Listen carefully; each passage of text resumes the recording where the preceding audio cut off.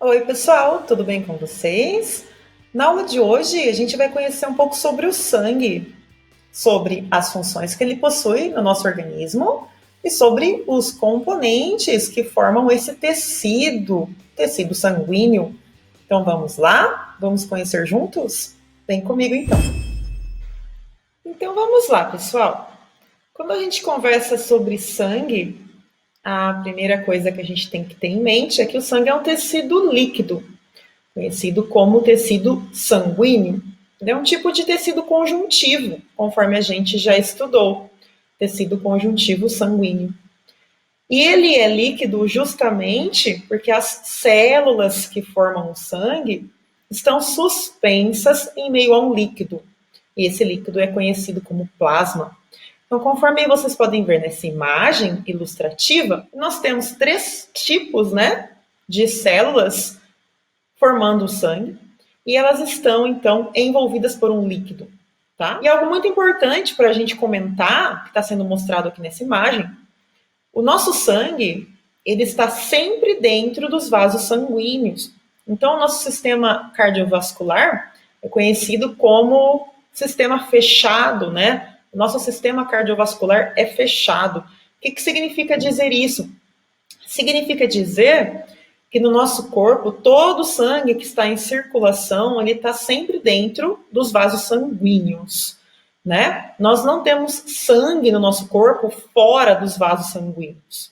Portanto, quando ocorre algum machucado, alguma lesão nos vasos sanguíneos e o sangue escapa, esse ferimento tem que ser fechado rapidamente. Porque senão a gente tem um processo conhecido como hemorragia, tá?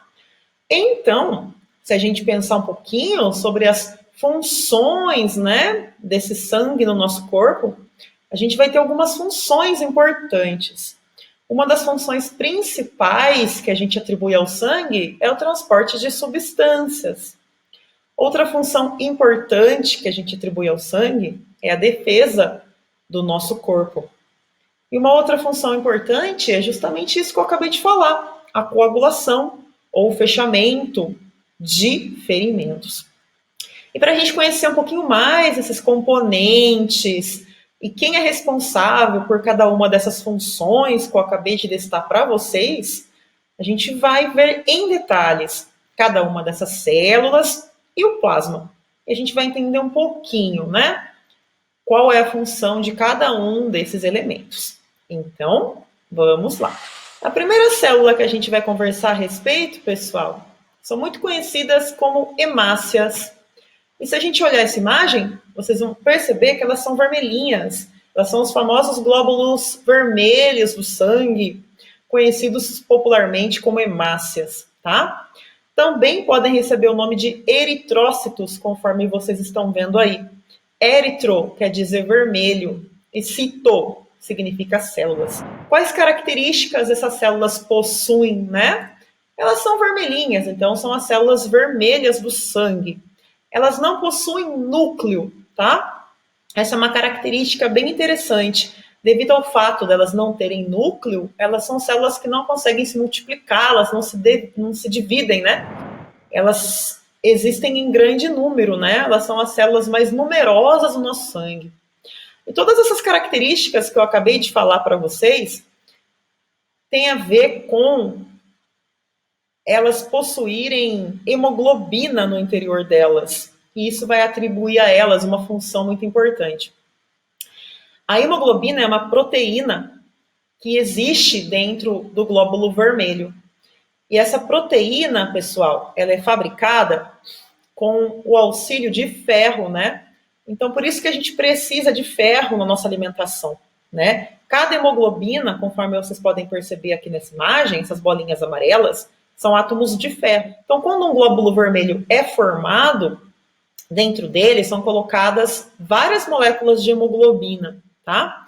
Então, para a gente produzir glóbulos vermelhos, a gente precisa primeiro produzir hemoglobinas, E para a gente produzir hemoglobina, a gente precisa de ferro na alimentação, tá? Então, o glóbulo vermelho é vermelho por quê? Devido ao ferro que existe dentro dele. ou seja, devido à hemoglobina que existe dentro dele. O ferro tem essa cor vermelha, tá? E qual a importância da hemoglobina, então, nessa célula? O ferro tem grande afinidade pelo oxigênio. Então, quando os glóbulos vermelhos passam lá pelos nossos pulmões, o oxigênio que a gente acabou de respirar, né, o gás oxigênio, ele tem afinidade por esse ferro, então ele fica aderido à molécula de hemoglobina. Então é por isso que o glóbulo vermelho, né, ele tem a função de transportar o oxigênio. Então, o oxigênio fica aderido a essa molécula de hemoglobina e ele leva o oxigênio para as células que estão precisando dele, tá? Ou seja, então, o glóbulo vermelho é vermelhinho devido à presença de hemoglobina, tudo bem? E a hemoglobina faz o transporte de oxigênio. Então, vamos para a próxima célula, que é o glóbulo branco. O glóbulo branco, pessoal, é muito conhecido como leucócito, tá? E você pode perceber nessa imagem que ele é maior que o glóbulo vermelho, mais arredondado, né? Ele não tem aquela característica achatadinha. E ele é branco, de fato, justamente porque ele não tem hemoglobina dentro dele, né? Característica que o glóbulo vermelho possui. E ele é conhecido como leucócito, por quê? Leuco também quer dizer branco, né? Portanto, então, essas células são brancas e, diferentemente do glóbulo vermelho, ela possui núcleo. Portanto, ela tem uma durabilidade maior no nosso sangue, né? Ela tem uma menor quantidade comparado com o número de glóbulos vermelhos. E a função principal do glóbulo branco é a defesa do organismo. Então, a gente tem essas células defendendo, né, contra a invasão de micro-organismos, vírus, né, bactérias, enfim, agentes invasores. E essa defesa do organismo pode ser feita através de duas maneiras. Uma maneira é conhecida como fagocitose. O que é a fagocitose? É quando uma célula de defesa, um glóbulo branco, reconhece bactérias que estão invadindo o seu organismo e, através de um movimento celular conhecido como formação de pseudópodos, né, que são falsos pés, ele vai se movimentando e engloba, né, essas bactérias, fazendo a digestão delas no meio intracelular. E aí ele joga para fora apenas os resíduos, ou seja, ele destrói as bactérias, tá? Aqui nessa animação, a gente consegue ver um glóbulo vermelho, eita, um glóbulo branco perseguindo as bactérias. E aqui, então, no finalzinho dessa animação, a gente vai perceber que ele vai encontrar e vai englobar, tá? Como é que ele percebe a presença dessas bactérias? Como é que ele consegue fazer essa perseguição aqui, né? Tão interessante. Tem a ver com a presença de substâncias químicas, tá? Então é um processo químico. Ele vai reconhecendo substâncias químicas, tá? E uma outra maneira, pessoal, de destruir agentes invasores, né? Uma outra maneira de fazer defesa do nosso organismo é a produção de anticorpos. Então, algumas células brancas, que não são todas aí no caso, têm a função, têm a capacidade de produzir anticorpos. O que são anticorpos? Anticorpos são proteínas, né? São proteínas específicas, né? São proteínas de ação extremamente específicas. Cada anticorpo vai reconhecer um antígeno específico. E o que são antígenos? São justamente esses agentes invasores que o nosso corpo não reconhece. Então, o antígeno pode ser um vírus, ou pode ser uma proteína de um vírus, ou pode ser um pedaço de uma bactéria, ou a bactéria inteira, enfim. São estruturas que o seu corpo não tem naturalmente dentro dele, né? Então, são encarados pelo seu corpo como corpos estranhos. Isso é conhecido como antígeno, tá? Então, alguns glóbulos brancos que a gente tem no nosso sangue tem a capacidade de fazer a defesa dessa maneira, produzindo anticorpos. Outros glóbulos brancos que a gente tem fazem a defesa por fagocitose, tá? Então são maneiras diferentes de fazer a defesa. Mas como que o anticorpo faz a defesa? Essas proteínas que eu disse para vocês reconhecem os tais antígenos e eles fazem um tipo de aprisionamento, acelerando a defesa por fagocitose. Então ele facilita a ação daqueles glóbulos brancos que fazem fagocitose. Meio que eles mostram para o corpo a presença de antígenos, tá? Vamos então para o terceiro tipo de célula que a gente tem no sangue. O terceiro tipo de célula que existe no nosso sangue são as plaquetas, né? As plaquetas, pessoal, não são células propriamente ditas. Elas são fragmentos celulares. Então, conforme vocês podem ver aqui nessa imagem, onde a seta está apontando, elas são pedacinhos de células, tá? Elas são, então, feitas através da divisão de uma célula que é grande, que é fragmentada em pequenos pedacinhos, tá? Elas também são conhecidas como trombócitos, é um outro nome que a plaqueta pode receber. E quais são, né, as características dessa célula? Além delas serem pedacinhos, fragmentos, a principal característica que vocês precisam conhecer a respeito delas é a função principal delas, então, né? Elas têm a função de fazer a coagulação, ou seja, elas vão fechar ferimentos. Na verdade, elas dão início ao processo de coagulação. Então, quando a gente tem uma lesão em um vaso sanguíneo, a gente precisa rapidamente, né, fechar essa lesão para a gente evitar a perda de sangue. E quem começa esse processo são as plaquetas. Então, as plaquetas vão até esse local e iniciam o processo de coagulação, tá? Elas dão início, tudo bem?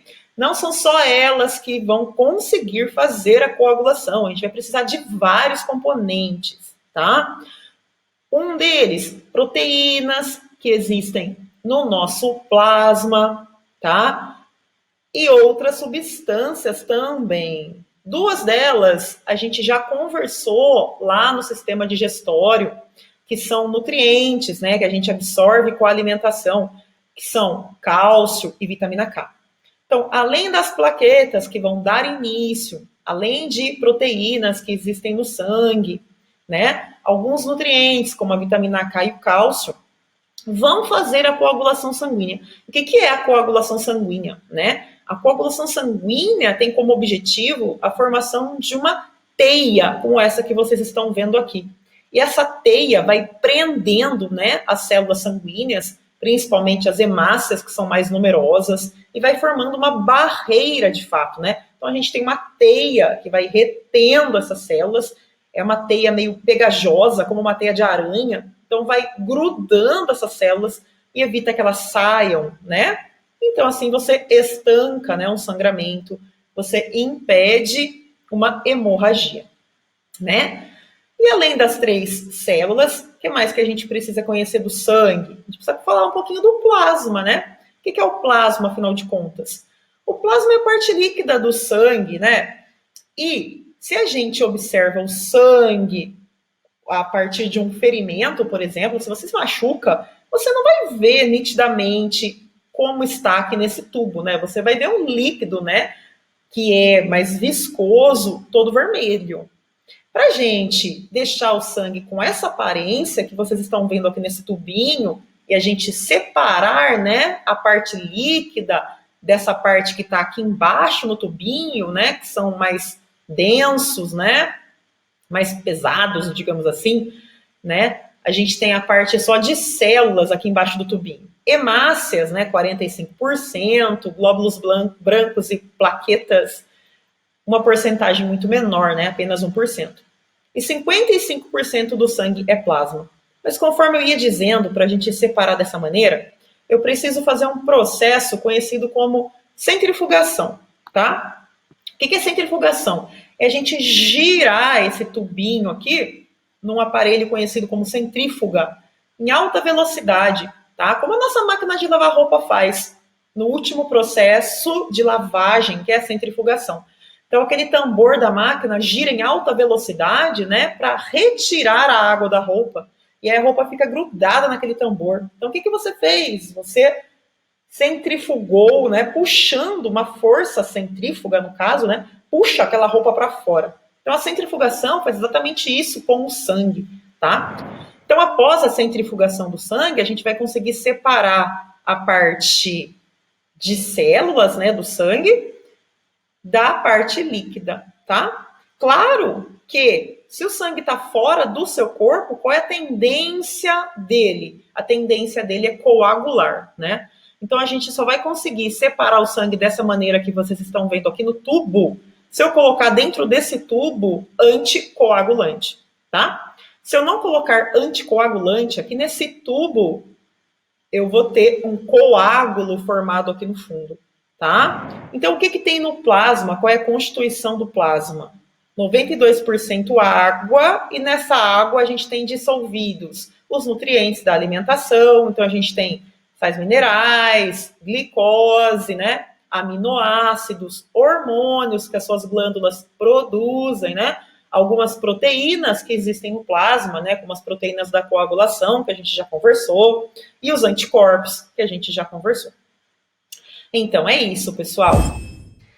Então, resuminho, pessoal, o que nós falamos nessa aula, né? Componentes do sangue e funções desses componentes, né? O sangue é constituído, então, por uma parte líquida, conhecida como plasma, e por 3 tipos celulares: glóbulos vermelhos, glóbulos brancos e plaquetas. E cada uma com a sua função específica, né? Glóbulos vermelhos, transporte de oxigênio. Glóbulos brancos, a defesa do organismo. E as plaquetas responsáveis pela coagulação, né? E o plasma, a parte líquida, faz o transporte de substâncias.